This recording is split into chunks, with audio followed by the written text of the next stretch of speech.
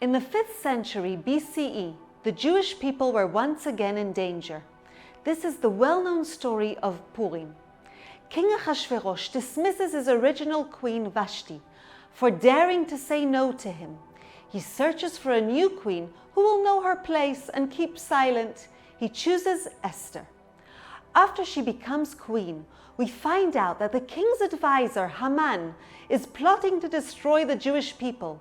Mordechai, Esther's uncle, then instructs her to reveal her secret Jewish identity and beseech King Ahasuerus to save her people.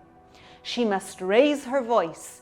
If you keep silent in this crisis, Mordechai says to her, relief and deliverance will come to the Jews from another place.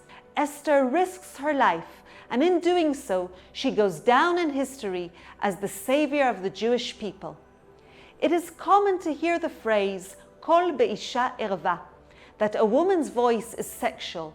This phrase is used to religiously justify silencing women. What are the origins of this phrase? The phrase appears twice in the Babylonian Talmud. In Tractate Brachot, the sages ask if it is permissible to recite the Shema naked in bed when other family members, such as a person's wife, is naked in the bed with them. The surprising answer is yes. You just need to turn your face away and you can recite the Shema. Despite the halachic ruling, the Talmudic discussion continues with statements regarding the female body, such as a woman's hair is sexual or a woman's leg is sexual. Then appears Shmuel saying, a woman's voice is sexual. These statements were not halachically prescriptive, as the halachic ruling had already been made. Rather, they were a continued discussion on how a sexual perception of a woman's body impacts the way people see any part of her. The idea of Kol Isha appears again in Tractate Kiddushin and also in the Jerusalem Talmud during a discussion on whether a naked woman baking bread can bless on the dough offering. You'd be surprised to learn that there too, the rule is that she may. Shmuel's approach in both sources implies that he is talking about a voice of speech and not about singing. In any case, these sayings were not considered part of the halachic ruling, something that is evident when exploring the halachic sources. One of the greatest halachic authorities of the 11th century, Rabbi Yitzchak Alfasi, commonly known as the Rif, did not include Shmuel's statement in his book of laws. Similarly, Maimonides did not relate to these statements in his discussion on the recitation of the Shema.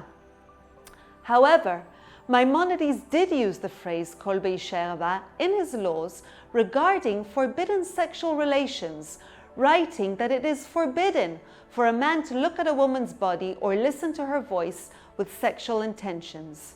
The Maharam al-Ashkar from the 16th century quotes other halachic authorities such as Rav Hai Gaon, the Ravya, and the Mordechai, stressing that they all understood the saying a woman's voice is sexual as referring to a voice that a person is not used to hearing. But female voices that a person normally hears would not be distracting and therefore not considered sexual. Rabbi Yosef Karo in the Shulchan Aruch, in his laws on forbidden sexual relations, writes like the Rambam that it is the person's sexual intent that makes the looking or listening forbidden. Regarding the recitation of the Shema, Rabbi Yosef Karo says not to recite the Shema while hearing a woman's voice. However, Rabbi Moshe Isserlich, the Rama, emphasizes that there is no problem with a woman's voice that a person is used to hearing, as it is not sexually distracting and not considered erva. Only in the 19th century, the Khatam Sofer rules that one should not hear women singing in the synagogue. This ruling contradicts all the sources we have seen so far that prohibit listening or interacting with women on the grounds of sexual intentions. At the beginning of the 20th century, Rabbi Weinberg was asked if girls and boys can sing together at their youth movement.